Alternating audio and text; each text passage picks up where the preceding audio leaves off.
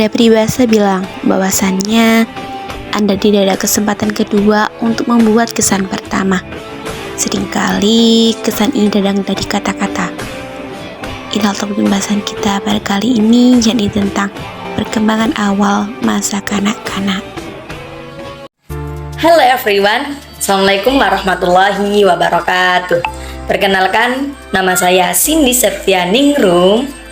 Saya Aisyah Nurriyatur Rahmah. Pembahasan yang pertama yang akan saya sampaikan yakni tentang pengertian perkembangan masa kanak-kanak. Perkembangan awal masa kanak-kanak merupakan perubahan yang dialami dalam setiap individu untuk menuju tingkat kedewasaannya yang berlangsung secara sistematis, progresif, dan berkesinambungan, baik menyangkut fisik, jasmania, maupun rohania, yang berusia antara 2-6 tahun. Pada usia anak-anak, berbagai macam istilah diberikan pada periode prasekolah ini, yaitu orang tua sering menyebut periode ini sebagai problem X. Dikatakan demikian sebab pada periode ini orang tua sering dihadapkan pada problem tingkah laku, misalnya keras kepala, tidak menurut, negativistis, temper tantrums, mimpi buruk, iri hati, ketakutan yang iratonik atau tidak masuk akal, dan lain sebagainya. Selanjutnya ada karakteristik awal perkembangan masa kanak-kanak. Ya, kalian bisa lihat sendiri ya, ada 8 karakteristik awal perkembangan masa kanak-kanak. Yang pertama ada perkembangan jasmani, yakni fisik dan motorik. Yang kedua ada perkembangan kognitif. Yang ketiga ada perkembangan bahasa. Yang keempat ada perkembangan bicara. Yang kelima ada perkembangan emosi. Dan yang keenam ada perkembangan sosial. Dan yang ketujuh ada perkembangan moral. Dan yang ke-8 ada perkembangan spiritual. Pertama, perkembangan jasmani, fisik dan motorik. Perkembangan ini tergantung pada pola motorik saraf. Jadi pada perkembangan ini ada yang anak itu ada yang sudah berkembang motoriknya, ada pula yang belum berkembang pada awal perkembangan masa kanak-kanak ini. Jadi kita harus mengerti bagaimana sih apakah anak ini sudah berkembang dari segi motoriknya atau belum. Jadi pada masa ini kita itu membiasakan, pada masa awal perkembangan ini ya, itu baik kita untuk membiasakan untuk pada suatu hal, contohnya seperti mewarnai, menggambar, ataupun berenang dan lain sebagainya. Selanjutnya yakni perkembangan kognitif, yakni kemampuan kognitif yang memungkinkan pembentukan pengertian, yaitu tahap sensori, yaitu ada pada usia 0-24 bulan. Yang kedua ada tahap praoperasional, yaitu pada usia 24 bulan sampai 7 tahun. Dan ketiga ada tahap operasional konkret, yaitu pada usia 7 tahun sampai 11 tahun. Dan yang terakhir ada tahap operasional formal, dimulai pada usia 11 tahun. Jadi pada tahap-tahap ini itu merupakan pola perkembangan kognitif yang berkesinambungan. Jadi mereka saling berkesinambungan antara umur 0 bulan sampai 11 tahun dan seterusnya. Yaitu ada tapi tidak semua orang dapat mengetahui perkembangan ini. Hanya orang-orang tertentu, orang-orang khusus pada tahap kognitif ini itu. Jadi tidak semua orang dapat mengetahui atau bisa meneliti perkembangannya dari tiap tahap-tahap itu tadi, dari usia 0 bulan maupun sampai 11 tahun ya.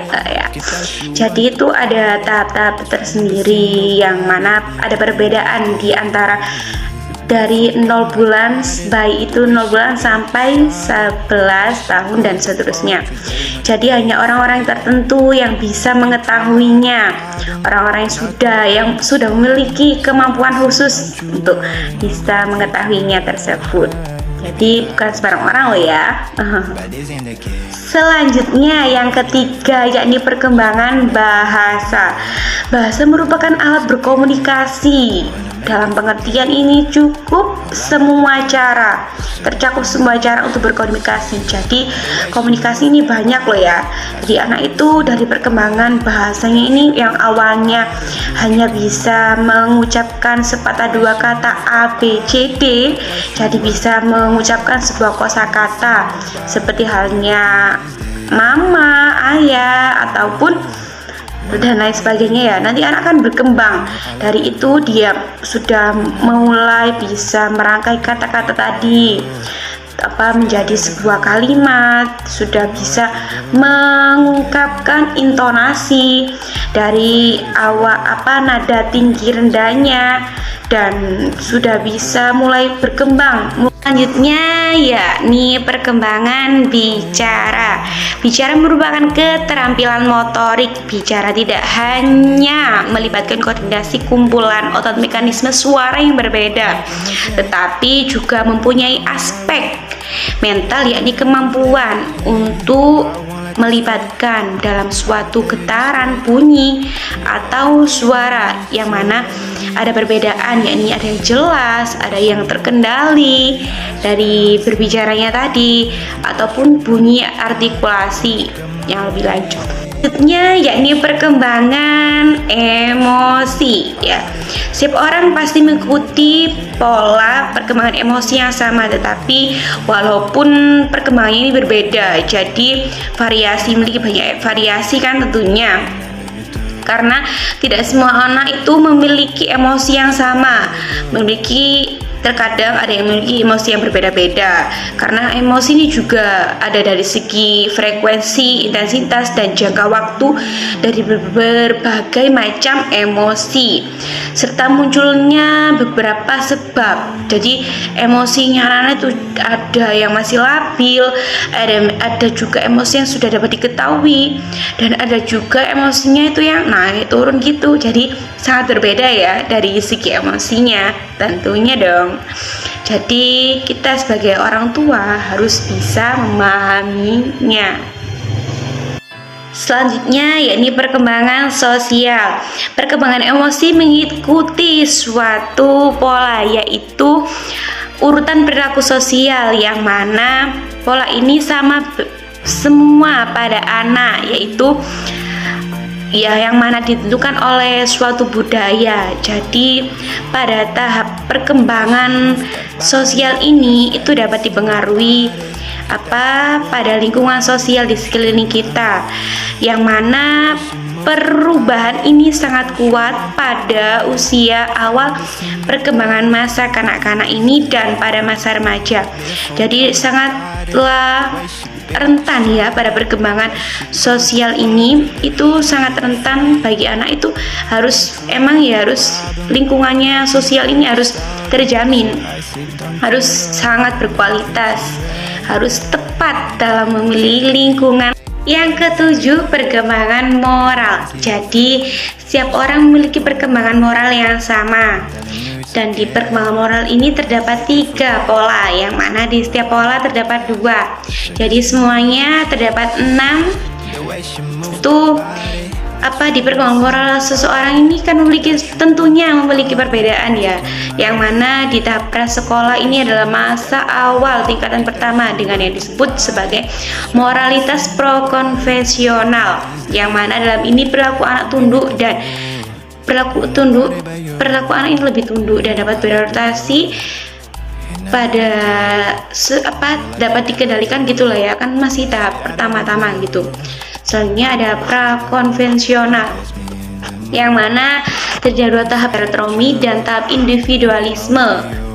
Jadi pada tahap ini yang mana, dan yang terakhir yakni perkembangan spiritual. Perkembangan spiritual sangatlah bergantung pada lingkungan keluarga, yakni terdapat beberapa faktor yang mengaruhinya, terutama pada keturunan, yakni dari kedua orang tua. Selanjutnya yakni dari pembiasaan, dan yang ketiga dari lingkungan. Dan dari lingkungan ini kita sebagai calon seorang guru maupun orang tua, kita harus membiasakan dari lingkungannya tersebut bagaimana kita dapat mengkondisikannya agar dapat dapat mempunyai lingkungan yang baik, dan tak lupa makanan-makanan yang dikonsumsinya yakni makanan yang halalan thayyiban, yakni yang halal serta baik tentunya. Di bab yang ketiga yakni tentang beberapa faktor yang mempengaruhi individu pada masa awal perkembangan anak-anak. Yang pertama yakni faktor keturunan. Faktor keturunan memegang peranan penting dalam pertumbuhan dan perkembangan anak-anak. Yang pertama yakni bentuk tubuh dan warna kulit adalah salah satu warisan yang dibawa oleh anak sejak lahir. Yang kedua, sifat-sifat yang dimiliki oleh seseorang adalah salah satu aspek yang diwarisi dari ibu, ayah, nenek, atau kakek, dan seterusnya. Dan yang ketiga yakni intelijensi, yaitu kemampuan umum yang dimiliki seseorang untuk penyesuaian terhadap situasi atau masalah. Dan yang keempat yakni bakat. Untuk faktor yang kedua yakni faktor lingkungan, yaitu lingkungan memegang peranan yang sangat penting dalam pertumbuhan dan perkembangan. Lingkungan adalah keluarga, tempat anak diasuh dan dididik, sekolah, tempat mendidik orang, masyarakat, tempat anak menikmati dan bermain dalam kehidupan sehari-hari, dalam kondisi alam sekitarnya. Dan yang terakhir yakni ketentuan ilahi. Dalam hal ini anak sejatinya membutuhkan pendidikan yang ada di dalamnya bimbingan, latihan, pengarahan, pembiasaan, dan pembinaan, sehingga perkembangan anak diharapkan memiliki kematangan dengan adanya proses pematangan tersebut. Semuanya tak lepas dari ketentuan yang telah digariskan oleh Tuhan. Manusia dalam hal ini wajib berusaha dan berdoa. Ikhtiar.